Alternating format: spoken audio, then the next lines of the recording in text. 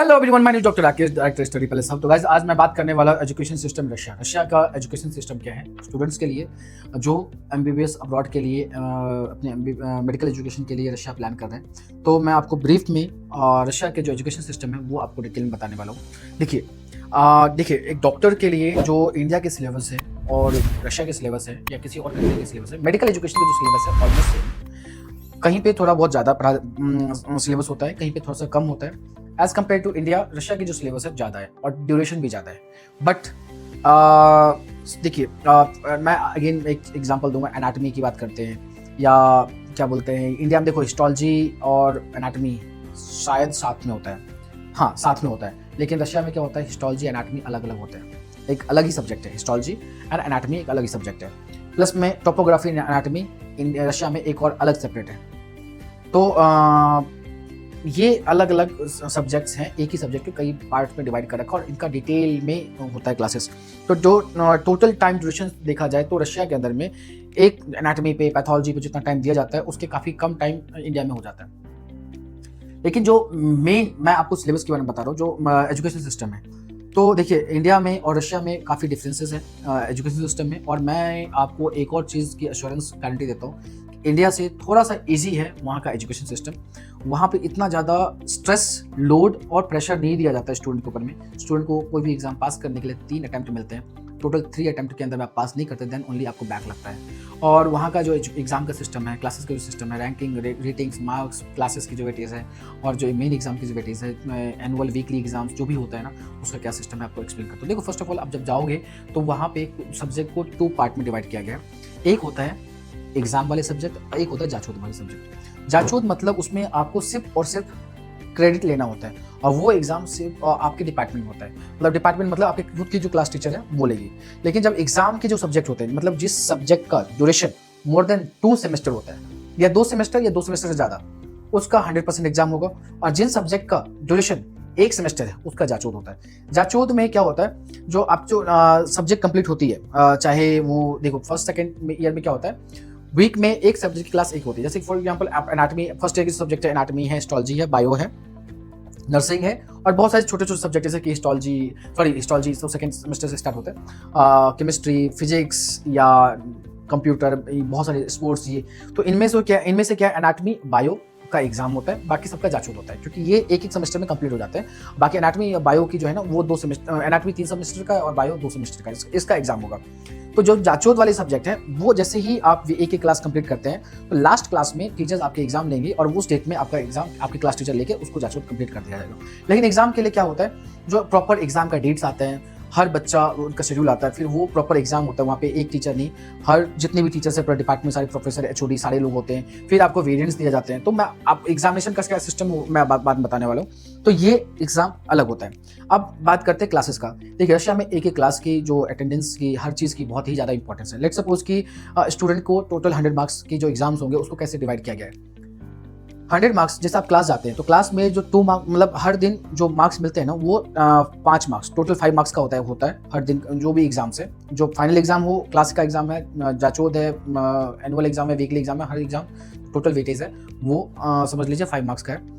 और समझ लो 1 marks equals to 20%, 2 marks equals to 40%, 60, 80 and 100%।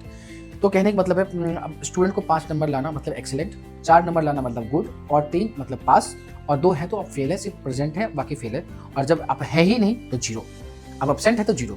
अब क्लास आप जाते हो तो क्लास जाने के 2 मार्क्स, अब क्लास जाने के बाद आप थोड़ा सा परफॉर्म कर रहे हो तो पास 1 मार्क्स, अगर अच्छा परफॉर्म कर रहे हो तो 2 मार्क्स और बहुत एक्सीलेंट परफॉर्म कर रहे हो तो आपको 3 मार्क्स।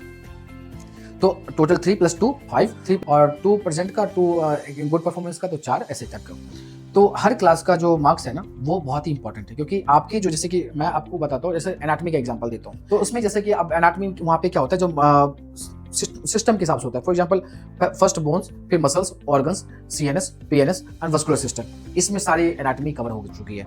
तो बोन्स में क्या है, जो फर्स्ट जैसे क्लास हो गया थोरेसिक सिस्टम, इसमें आपके वर्टिब्राल्स, जो रिब केज है, पूरा थोरेसिक सिस्टम का जो है, हमारे जो लंबर वर्टिब्राल्स, सारे वर्टिब्राल्स, स्पाइनल कॉर्ड का जो पूरा एनाटमी होता है ना वो पढ़ाते हैं। ठीक है। अब सेकंड क्लास आपकी होगी लोअर लिम्स की bones, third class upper limbs, fourth class facial bones और 5th क्लास आपके क्रेनियल बोन्स। एक क्लास जो होगा आपके टोटल सारे जॉइंट्स के ऊपर में होगा, कितने हमारी बॉडी के जॉइंट्स हैं, ये आपके बोन्स का पूरा एनाटॉमी है, इससे ज़्यादा कुछ नहीं होता। अब ये 5 क्लास 6 क्लास के बाद आपका एक होगा मॉड्यूल। मॉड्यूल में पूरी बोन्स की क्लासेस होगी, जो कि एक मिनी एग्जाम समझ लो। ऐसे ही मसल्स का भी समझ लो, जो हमारे एब्डोमेन मसल, बैक मसल्स एक क्लास में, लोअर लिम्ब का एक मसल्स एक क्लास में, अपर लिम्ब की मसल, फेशियल मसल्स, ऐसे करके अलग अलग क्लासेस होता है। फिर इनका एक मॉड्यूल होगा जो कि होल मसल मस्कुलर सिस्टम के ऊपर में होता है। अभी देखिए, एक एक क्लास के मार्क्स प्लस जो 5 क्लासेस हैं उनके एवरेज मार्क्स, फिर मॉड्यूल में आपने जो परफॉर्म किया, तो क्लास के मार्क्स प्लस में मॉड्यूल के मार्क्स का एवरेज मार्क्स, ये आपका उस मॉड्यूल का रेटिंग हो गया। मान लीजिए आपने 5 क्लास में परफॉर्म करा आपने, और मॉड्यूल में आपने आपके 4 नंबर आए, तो 5 मतलब आपके जो क्लासेस की जो ओवरऑल रेटिंग है वो 5 एवरेज 5 हो गए। लेकिन जो मॉड्यूल में 4 है तो फिर आपका 5 + 4, तो ओवरऑल जो बोन्स के जो सिस्टम है उसमें 4.5 आपका रेटिंग हो गया। सेम आपका मस्कुलर सिस्टम का देखा जाएगा, तो ये करके जो रेटिंग है ना, ये 70-75 तक आपका ओवरऑल क्लास की रेटिंग होता है। लास्ट में जो एग्जाम्स होते हैं वो 30 और या 25 मार्क्स का ही होता है। उसमें भी आपके हर क्वेश्चन का वेटेज 5 मार्क्स होते हैं। फॉर एग्जांपल आपके पास ये आपके मॉड्यूल हो गए। फिर मेन एग्जाम, जैसे कि सारे मॉड्यूल जैसे कंप्लीट हो गया, मस्कुलर सिस्टम कंप्लीट हो गया, ऑर्गन्स खत्म हो गए, आपके वो खत्म हो गए, क्या बोलते हैं, CNS, PNS या वस्कुलर सिस्टम, लिम्फेटिक सिस्टम जो है वो खत्म हो गया। जो ये सारे खत्म होने के बाद फाइनल एग्जाम होता है। फाइनल एग्जाम में क्या होता है, पूरा डिपार्टमेंट सारे लोग आते हैं। फिर आपके पास जैसे बोन्स में भी ऐसे होता है, जैसे सारे बोन्स यहाँ रखे हुए हैं, जॉइंट्स रखा हुआ है, कैटेवर रखा हुआ है, सब कुछ रखा हुआ है। फिर आपको चिट मिलता है। चिट मिलने के बाद आपको 30 मिनट 40 मिनट प्रिपरेशन करने के लिए दिया जाता है। प्रिपरेशन कीजिए, आप क्वेश्चंस के आंसर लिख सकते हैं अपने पेजेस के ऊपर में, आप जो भी आ रहा है ना, क्योंकि अब जब आप वाइवा के लिए जाओगे तो आपको उतना दिमाग में रहता नहीं है, तो लोग भूल जाते हैं, इसलिए हेल्प ले सकते हैं। तो आप नोट कर लीजिए जो इंपॉर्टेंट पॉइंट्स हैं। उसमें 3 क्वेश्चंस होते हैं दो एनाटॉमी में, जैसे कि 3 आपके मेन क्वेश्चंस होंगे जिसमें आपको आंसर करना है। किसी ने पूछ लिया नी जॉइंट क्या है, किसी क्वेश्चन में होगा जो आपको एक्सप्लेन करना है जो पूरे लोअर लिम्स के जो बोन्स है उसके बारे में, या वर्टिब्रा के बारे में पूछ लिया जाएगा, जो हमारे जो सारी वर्टिब्रा सिस्टम के बारे में पूछ लिया जाएगा, या किसी क्वेश्चन में कुछ किसी और चीज़ के बारे में पूछे जाएंगे। और उसमें 5 क्वेश्चन और होते हैं जो कि सोइंग के लिए होते हैं। टोटल आपके अगर 3 मेन क्वेश्चन है जिसमें थ्योरेटिकल वाइवा वाला होता है और एक क्वेश्चन सोइंग होता है, सो 5, मतलब एक सोइंग करने का 1 नंबर, टोटल ओवरऑल 5 नंबर। तो अगर आप समझ लीजिए तो फिर 20 नंबर हो गया। तो 80 आपका एनुअल रेटिंग प्लस में 20 मार्क्स का पेपर हो गया। तो फिर उसमें से 100 में से आपको कितना मिल रहा है, अगर आपका मार्क्स 80 to 90 के बीच में आ जाता है तो टोटल आपका एक्सीलेंट परफॉर्मेंस है उस सब्जेक्ट के अंदर में।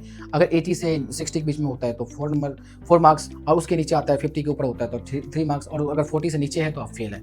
तो कहने का मतलब ये है, जो आपके एग्जाम्स के जो मार्क्स होते हैं फाइनल एग्जाम के, वो सिर्फ बहुत ही कम होता है। बाकी जो होता है वो ओवरऑल आपके पूरे ईयर का जो क्लासेस का जो परफॉर्मेंस है, प्रेजेंट आप क्लास जो जा रहे हो, प्रेजेंट हो, उसका अटेंडेंस है। क्लासेस जाओ, अटेंडेंस पे ध्यान दो, क्योंकि हर एक क्लासेस इंपॉर्टेंट है। हर एक क्लास के मार्क्स का वेटेज बहुत ही ज़्यादा इंपॉर्टेंट है, और इनके एग्रीगेट परसेंटेज आपके फाइनल मार्क्स में लगते हैं। अभी फॉर एग्जांपल कोई बच्चा फर्स्ट एग्जाम में फर्स्ट अटेम्प्ट में फेल हो गया, तो फिर फेल क्यों होते हैं, क्योंकि उसके पास रेटिंग कम होती है, क्लासेस नहीं गया तो उसके पास पूरी क्लासेस की मार्क्स नहीं है, तो उसके एवरेज परसेंटेज कम होता है। मिनिमम आपको एग्जाम देने के लिए 37 से 40 मार्क्स रेटिंग आपका होना चाहिए, देन ओनली आप एग्जाम में बैठने के लिए एलिजिबल होंगे। अगर किसी बच्चे का मार्क्स कम होता है तो वैसे ही बच्चे फेल होते हैं, तो फिर आपको चांस मिलता है 15 to 20 डेज, नेक्स्ट डेट आता है, तब तक आप अपना रेटिंग जाके इंक्रीज कर सकते हैं और आप उस कैटेगरी में आ सकते हैं। अगर फिर बच्चा सेकंड अटेम्प्ट में पास नहीं होता तो फिर थर्ड अटेम्प्ट मिलता है, और फिर चांस मिलता है बच्चे को रेटिंग इंक्रीज करने के लिए। और थर्ड अटेम्प्ट में भी बच्चा रेटिंग इंक्रीज नहीं करता, सोता है। देखो क्या होता है, जो बच्चा चाह लेगा ना, जो मुझे पास नहीं होना है, वही बच्चा, वही स्टूडेंट फेल होता है रशिया के अंदर में, अदरवाइज नहीं। कि आपको चांस मिल रहा है, बार बार चांस मिल रहा है अपनी रेटिंग इंक्रीज करने के लिए, आपको एग्जाम के लिए भी मौका मिल रहा है, टीचर्स भी सपोर्ट करते हैं। लेकिन कुछ स्टूडेंट्स ऐसे ही होते हैं जो कि सोने के अलावा कुछ नहीं करते हैं। उनको सच बताऊं तो मैं, थर्ड अटेम्प्ट है, एग्जाम्स है, स्टिल कोशिश करते हैं। आप कोई भी स्टूडेंट है ना, आप स्कूल के बच्चे होंगे, आप स्कूल में पढ़ रहे हैं, या आप अगर आप कोई पेरेंट्स देख रहा है, तो आप खुद भी कनेक्ट कर सकते हो कि आपका बच्चा जो सीरियस नहीं पढ़ने में, उसका एग्जाम आने वाला 10 दिन में, फिर भी वो गेम खेल रहा है, घूम रहा है, बाहर एंजॉय कर रहा है, मतलब मॉल जा रहा है, बाहर स्ट्रीट पे घूम रहा है, सब कुछ कर रहा है, लेकिन पढ़ाई नहीं कर रहा। ऐसे ही आप अपने फ्रेंड सर्कल में भी देख सकते हो। तो कहने का मतलब स्टिल मेरा एक चीज़ बहुत इंपॉर्टेंट है, अगर जो स्टूडेंट चाहता है नॉर्मल एवरेज, मैं इवन बोलूँगा बिलो एवरेज स्टूडेंट भी थोड़ा सा सीरियस है लाइफ में, तो एग्जाम इजीली पास कर सकता है, लेकिन जो नहीं है तो नहीं कर सकता। तो ये है एग्ज़ाम। बाकी जो जाचोद है वो इससे भी ईजी है। जो मॉड्यूल है वो, जैसे आप समझ लीजिए एग्जाम में ओवरऑल पूरी एनाटॉमी की सिलेबस आ गई, फिर इस मॉड्यूल में क्या होगा, सिर्फ बोन्स के ऊपर मार गया। एग्जाम में क्या होगा, यहाँ पे बोन्स रखे हुए हैं, यहाँ पे मसल्स है, यहाँ नर्वस सिस्टम है, कैडेवर सीएनएस के अंदर आपको ट्रैक बताना होता है, तो इनका इमेज लगा होता है, फिर आपको जाकर वहाँ पे एक्सप्लेन करना पड़ता है और क्वेश्चंस होते हैं। हाँ, लेकिन एग्जाम में सबसे बड़ी एडवांटेज पता है क्या, वहाँ पे वाइवा से पहले आपको 40 मिनट 30 मिनट प्रिपरेशन करने का टाइम मिलता है, तो आप सारी पॉइंट्स को रिकॉल करके लिख लो, ताकि आप उस टाइम पे जब नर्वस होते हो तो उसको हेल्प ले सकते हो और टीचर्स को कंसिडर भी करते हैं कि वो नॉर्मल सिस्टम में है। ये एग्जाम पास करने का सिस्टम है। अब देखिए, एग्जाम जो नॉर्मल क्लासेस होता है वहाँ पे कैसे होता है, वीकली एक लेक्चर होगा। मतलब लेक्चर क्या होता है, जो पूरे ईयर के जितने भी स्टूडेंट्स होता है उनका एक लेक्चर, कॉमन लेक्चर होता है। जैसे कि मान लीजिए अगर हमें एनाटॉमी की बात कर लेते हैं, फेशियल मसल्स का क्लासेस होना है तो उससे पहले ही फेशियल मसल्स का लेक्चर होगा। पहले ऑफलाइन होता था, अभी भी ऑफलाइन कहीं कहीं होता है, कहीं कहीं ऑनलाइन होता है। लेकिन अभी जैसे कि लेक्चर होने के बाद फिर आपका क्लासेस होगा, तो क्लासेस में क्या करना होता है, आपको खुद से पढ़ के जाना पड़ता है। और जैसे कि लेक्चर हो चुका है आपका, तो लेक्चर में आपको टीचर ने सारी चीज़ समझा दी, पीपीटी मिल गया, प्रिपरेशन मिल गया, सब कुछ मिल गया, आपको पढ़ के जाना है। फिर टीचर्स वहाँ पे आपसे क्वेश्चंस पूछेगी और उसको एक्सप्लेन करेगी, कोई भी डाउट है उसको क्लियर करती है। तो इस टाइप से आपका एजुकेशन सिस्टम चलता है रशिया के अंदर में।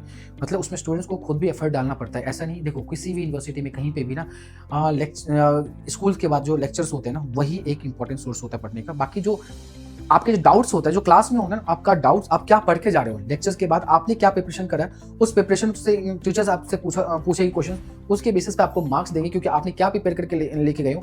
और वहाँ पे अगर कोई डाउट है तो क्लासेस स्टार्ट होने से पहले ही आप पूछ सकते हो, जो मुझे ये क्वेश्चन, तो आपको टीचर हेल्प करती है।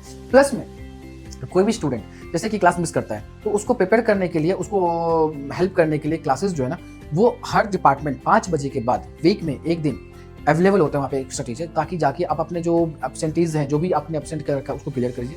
प्लस में आपके कोई भी डाउट्स हैं, नॉर्मल आप क्लास जाते भी हो, लेकिन आपको कुछ एक्स्ट्रा डाउट्स आता है, कुछ पूछना है, कुछ पढ़ना है, क्योंकि बहुत सारे जैसे हम लोग क्या करते थे, प्रिपरेशन करने के लिए जाते थे। जैसे कि आप एनाटॉमी की एग्जाम क्लासेस है नॉर्मली, तो मान लीजिए कल मेरा सीएनएस का एग्जाम है, मतलब क्लासेस है सीएनएस का, तो उसमें पहले ही आप जाओ, 2 दिन पहले डिपार्टमेंट जाओ, वहाँ पे आप कैडेवर ले सकते हो।